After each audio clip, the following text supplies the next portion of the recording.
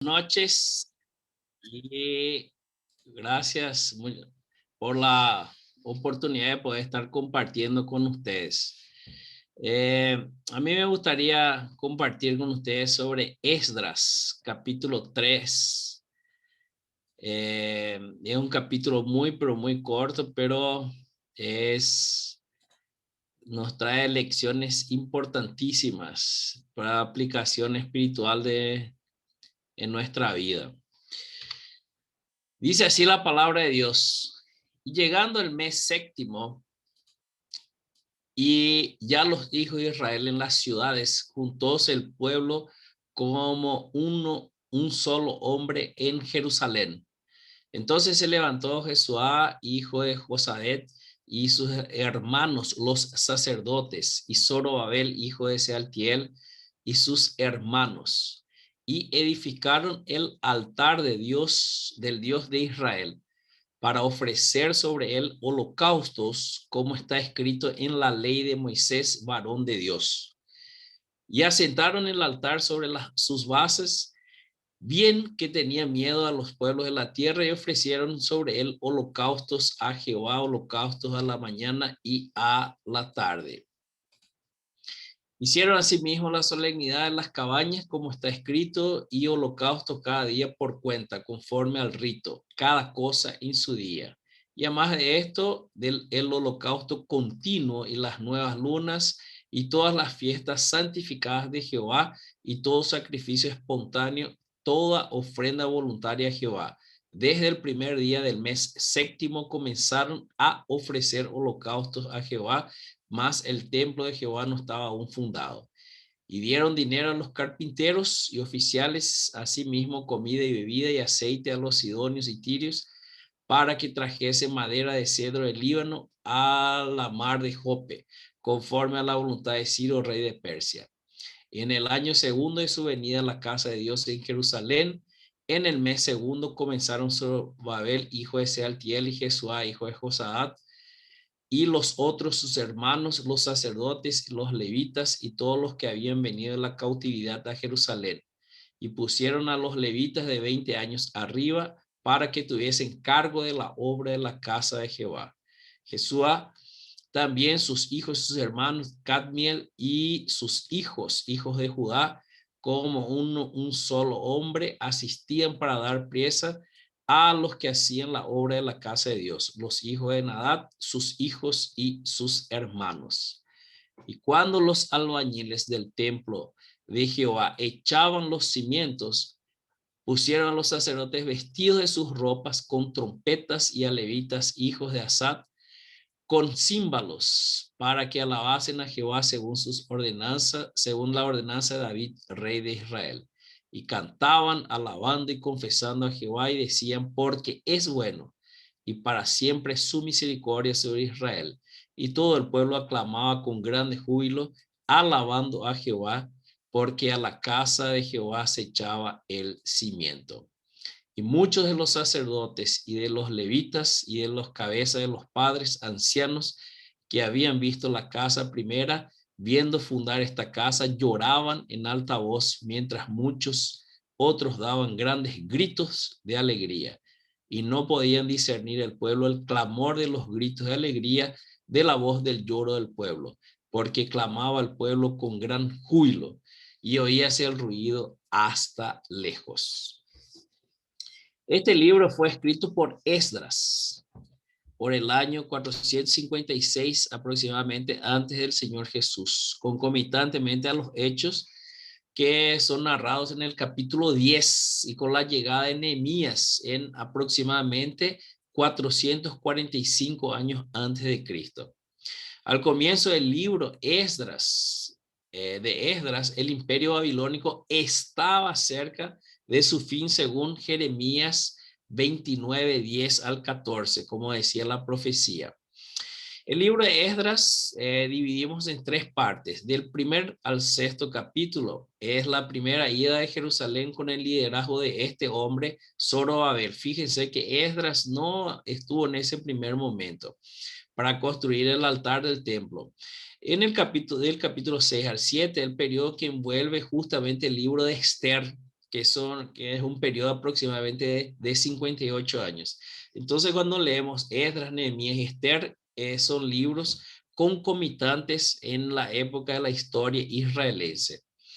Y del 8 al 10 relata el viaje de Esdras a Jerusalén, aproximadamente 458. Este cuadro es extremadamente interesante. William MacDonald pone en su comentario. Y fíjense que el primer decreto sancionado por Ciro es en 538 años. Y el término de la construcción del muro de Jerusalén, de los muros de Jerusalén, en 444 años antes de Cristo. Entonces, todo ese periodo, más de 100 años, hasta que Nehemías llega a Jerusalén. Fíjese cuánto tiempo llevó realmente para que sea construido el templo, y después el templo efectivamente terminó en 516. Lo que nosotros leemos hoy es simplemente cuando empezaron, pusieron los primeros cimientos del templo de Salomón. Y llegando el mes séptimo, ya los hijos de Israel en las ciudades juntóse el pueblo. Esta frase es importantísima: como un solo hombre en Jerusalén. Mi orgullo, nuestro orgullo no nos permite actuar en comunión. Y lo que Satanás hace justamente es dividir, que nosotros vemos hoy en la sociedad de hoy en día. Aquí en Brasil y seguramente en Paraguay, como en todo el mundo, el movimiento que quiere destruir la familia es un movimiento que Satanás está por detrás de todo esto, destruyendo la primera sociedad colocada por Dios. División. Y en la iglesia no es diferente. Hermanos divididos es la alegría de Satanás. Hermanos unidos es la fuerza del ministerio. Entonces es fundamental que vos y yo seguramente tenemos diferencias de pensamientos, de conceptos en varias áreas. Desde qué color le vamos a pintar a la iglesia hasta qué cosa vamos a hacer en tal ministerio, sea la hora feliz, sea donde sea. Muchas cosas podemos tener diferentes opiniones, pero lo que Dios quiere es justamente que actuemos en comunión como un solo hombre. Este es una de las grandes enseñanzas que el libro de Esdras nos pone como lección. Y el pueblo llegó a Jerusalén como un solo hombre, uno en corazón y uno en espíritu. Y fíjense, en ese momento estaban aproximadamente 50,000 personas que habían venido del cautiverio de Babilonia. Entonces ese culto de adoración se estaba haciendo con aproximadamente 50,000 personas. Parece mucho, claro, para nosotros es mucho, pero llevando en consideración el número de personas, miles y miles de personas que fueron cautivas a Babilonia, era apenas un puñado de judíos que estaban allí en Jerusalén. En el versículo 1 se unen como un solo hombre. En el 9, los trabajadores se reúnen para vigilar el trabajo realizado en la casa de Dios. Y en el 11, las personas alaban a Dios, todos juntos.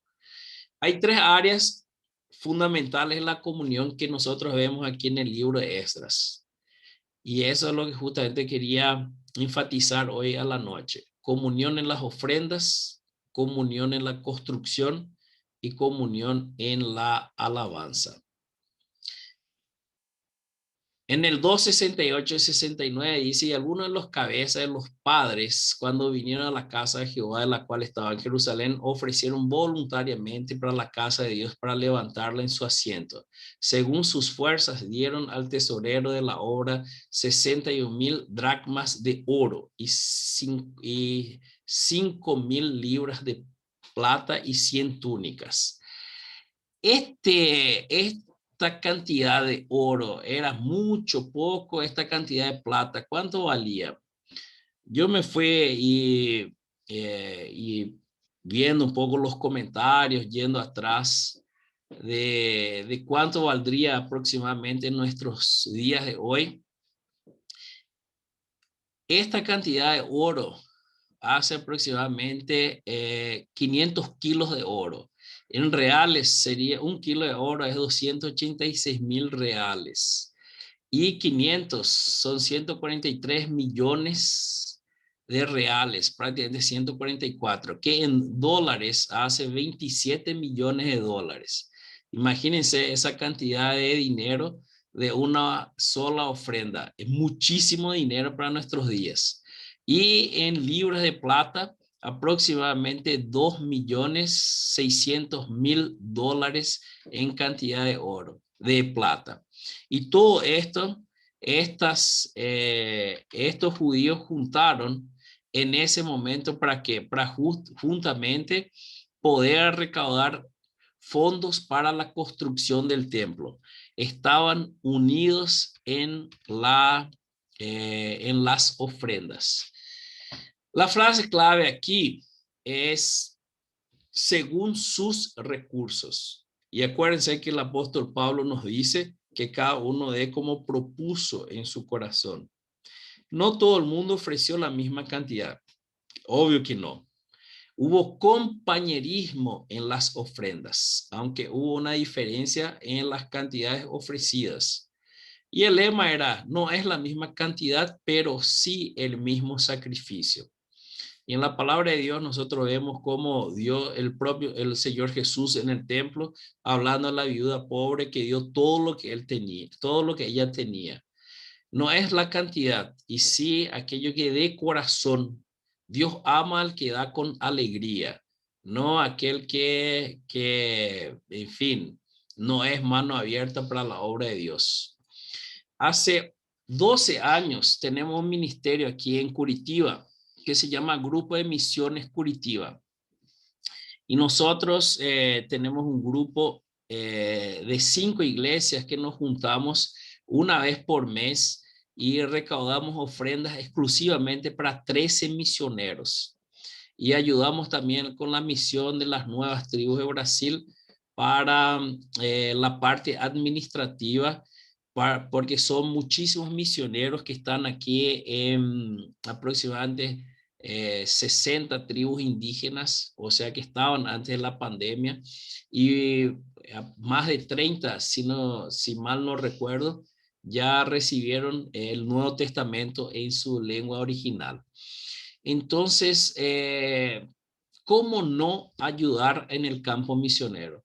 Tenemos un hermano que está predicando con las iglesias clandestinas en Oriente Medio, en un determinado país, y mensualmente él nos manda, en fin, nos cuenta su experiencia de personas, de adolescentes, niños, de conversiones y de cómo ellos se reúnen en medio de la madrugada, muchas veces en medio del frío, muchas veces con poca comida, personas que no tienen mucho que comer y muchos de ellos sufriendo, muriéndose por el nombre del Señor Jesús. Y también estamos ofrendando para ese misionero. Es el caso nuestro particular de mi esposa y yo, apoyando la obra misionera en varios lugares del mundo. Tenemos misioneros en Portugal, en una isla que se llama Santo Tomé y Príncipe, que es una isla colonizada por los portugueses. En África tenemos 2 misioneros que estamos ayudando.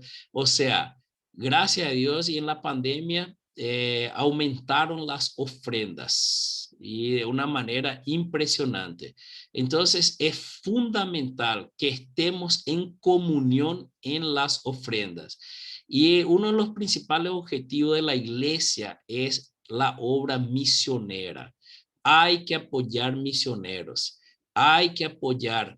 Y nosotros comenzamos chiquitito, 5 iglesias, Y ese ministerio fue creciendo, que aumentó y mucho, no solamente la cuestión de ofrenda, y sí la comunión entre esas iglesias. Y hacemos todo segundo sábado de cada mes, estamos haciendo nuestras reuniones ahora por el Zoom, pero hacíamos presencialmente en una escala de las 5 iglesias, y allí hacíamos la ofrenda y la distribución a los 11 misioneros que estamos ayudando para su manutención mensual, porque el misionero tiene que comer, el misionero tiene ropa para comprar, el misionero tiene sus necesidades físicas, tienen hijos, y así va. Entonces nosotros tenemos que ayudar, no podemos como dice el brasileño, ser muñeca con la cuestión de las ofrendas. No podemos ser mano cerrada, sino tenemos que ser mano abierta para la obra de Dios. Y este pasaje de Esdras justamente nos enseña de la comunión en las ofrendas. Y ahí viene la primera pregunta: ¿cómo está su vida de comunión en ofrendas?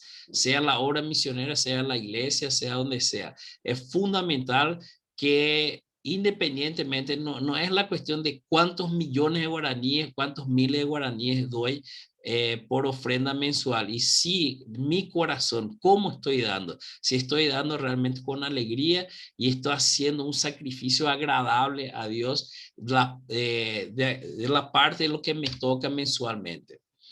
Comunión en la construcción, y pusieron los levitas de 20 años arriba para que tuviese el cargo de la obra de la casa de Jehová. Los levitas eran los encargados de la alabanza, pero ellos en ese momento se encargaron justamente de la obra. Y como hicieron, como un solo hombre, asistían para dar pieza a los que hacían la obra de la construcción. Qué diferente. Esto es muy diferente del suntuoso templo que Salomón había construido con sus ofrendas 70 años antes. La diferencia era tremenda.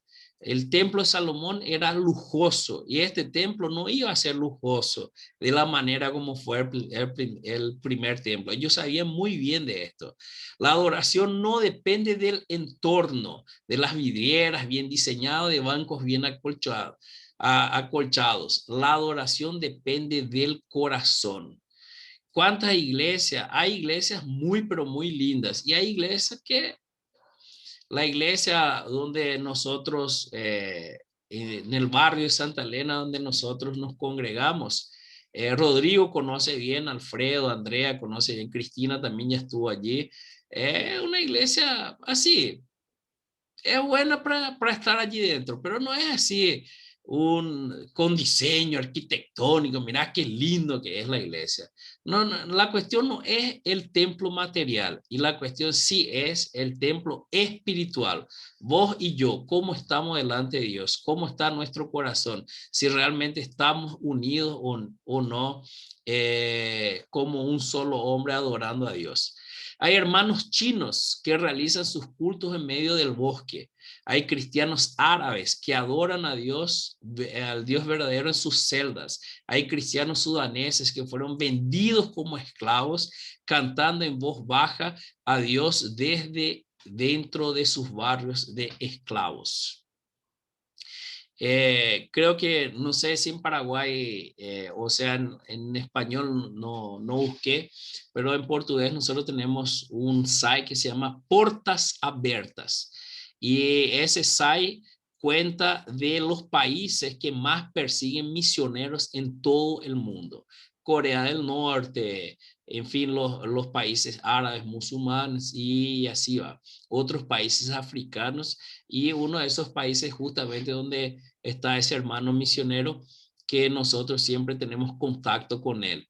Y lo que este hermano misionero nos cuenta, y nos cuenta barbaridades que ya pasaron hasta de un adolescente de 16 años que murió en un campo de concentración cuando una bomba explotó en medio de ellos, y este chico, que tenía una malformación de sus piernas y había sido abusado sexualmente por muchísimas personas, pero se convirtió al Señor Jesucristo. Él murió, y murió por el nombre del Señor Jesús. Eh, Después, al final, yo quiero pasar un video, cortito, de unos hermanos chinos que reciben Biblias, que reciben Biblias de una manera clandestina, obviamente, y ustedes tienen que ver la alegría de estos hermanos al recibir esas Biblias. Cuando yo vi el video, me, me, me quedé así con la conciencia pesada realmente, porque tengo aquí en casa muchas Biblias y la manera como ellos agarraban la Biblia y besaban la Biblia como siendo un tesoro precioso. Yo me sorprendí y dije, qué bárbaro, qué valores nosotros tenemos con tanta libertad de culto y hermanos que en otros lugares están siendo perseguidos y cómo valoran mucho más la Biblia que nosotros que vivimos en países teóricamente libres para predicar la palabra de Dios. Y asentaron el altar sobre sus bases y bien que tenían miedo de los pueblos de las tierras y ofrecieron solo el holocaustos a Jehová, holocaustos a la mañana y a la tarde. Dios no rechaza nuestra adoración, incluso cuando nuestra fe es débil. Ellos tenían miedo, pero ofrecieron sacrificios a Dios. El Señor acepta las ofrendas y las alabanzas del pueblo y al mismo tiempo sabe que son como niños asustados que corren hacia Él con miedo. Incluso cuando esté débil y tenga miedo, adore a Dios. Vos ya tuviste miedo en algún momento, yo muchas veces. Nosotros tenemos 3 hijos y cada hijo tiene las marcas de Dios y cada uno de ellos estuvimos con riesgo de muerte de ellos principalmente en el primer año de vida.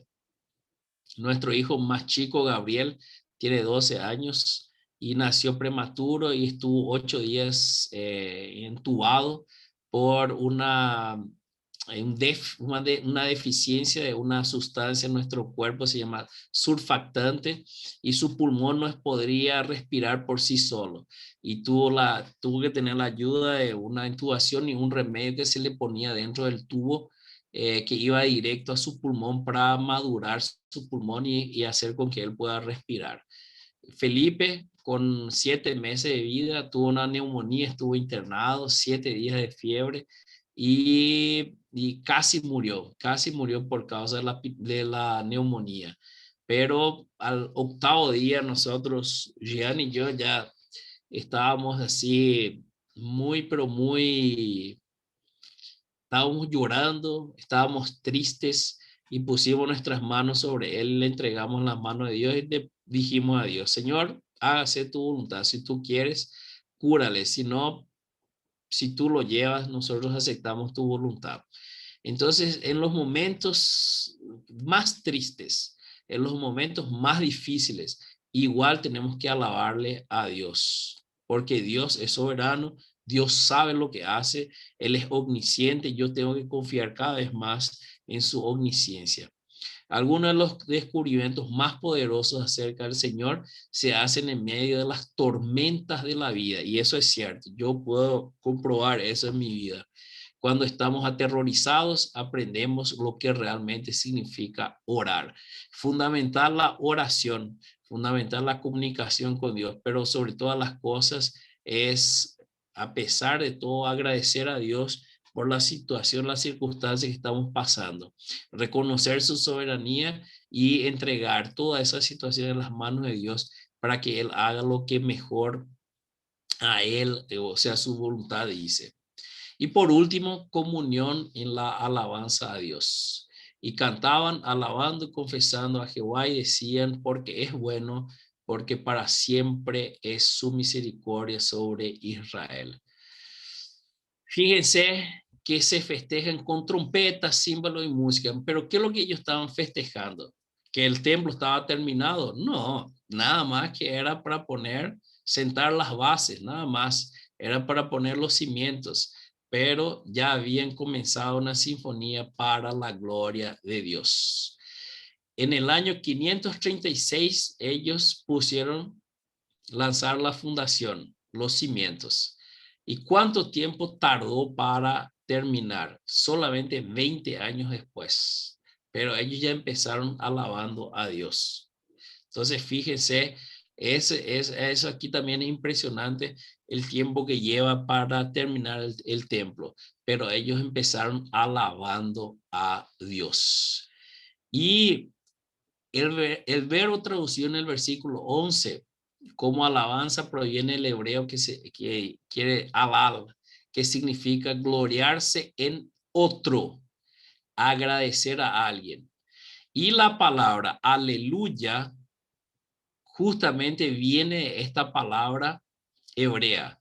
Y aleluya vino a significar alabanza al Señor, exaltación de las virtudes, honor y gloria a Dios. No gloriarme en mí mismo, sino en Dios.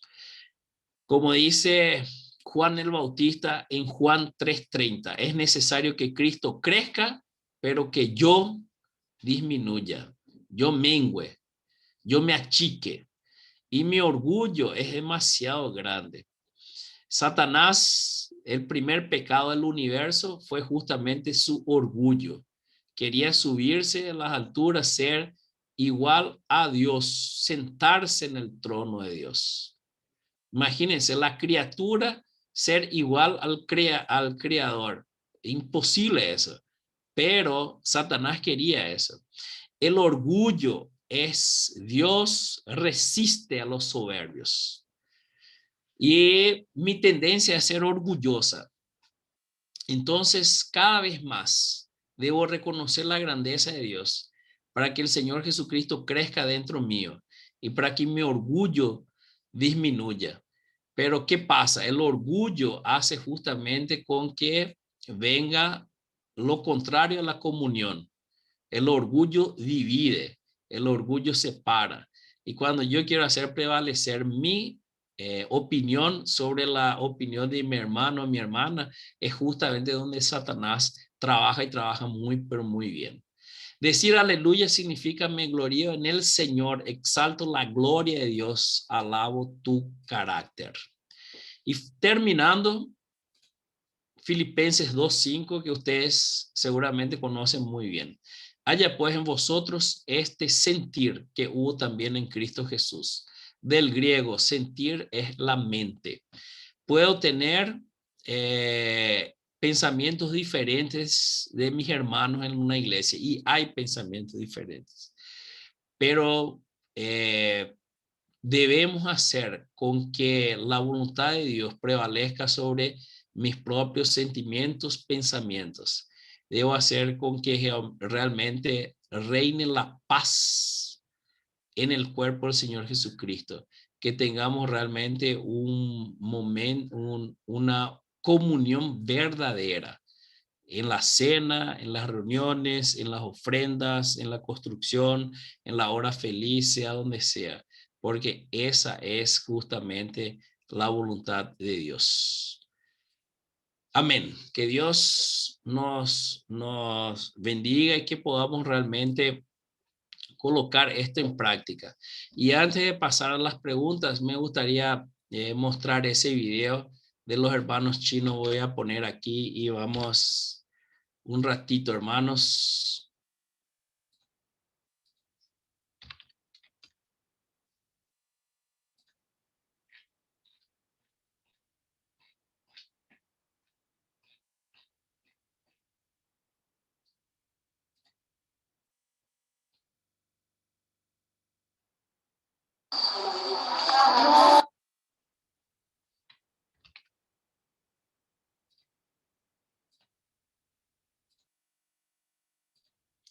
¿Están viendo?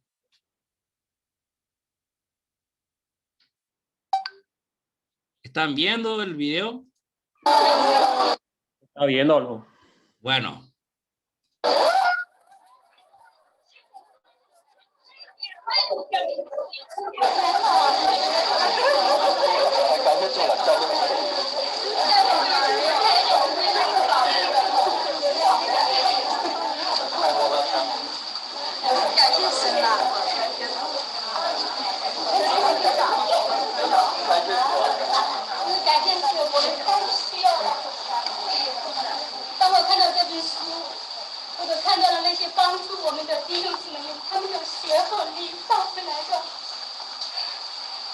这是我们教会这个是我最需要的，这是我最需要的事。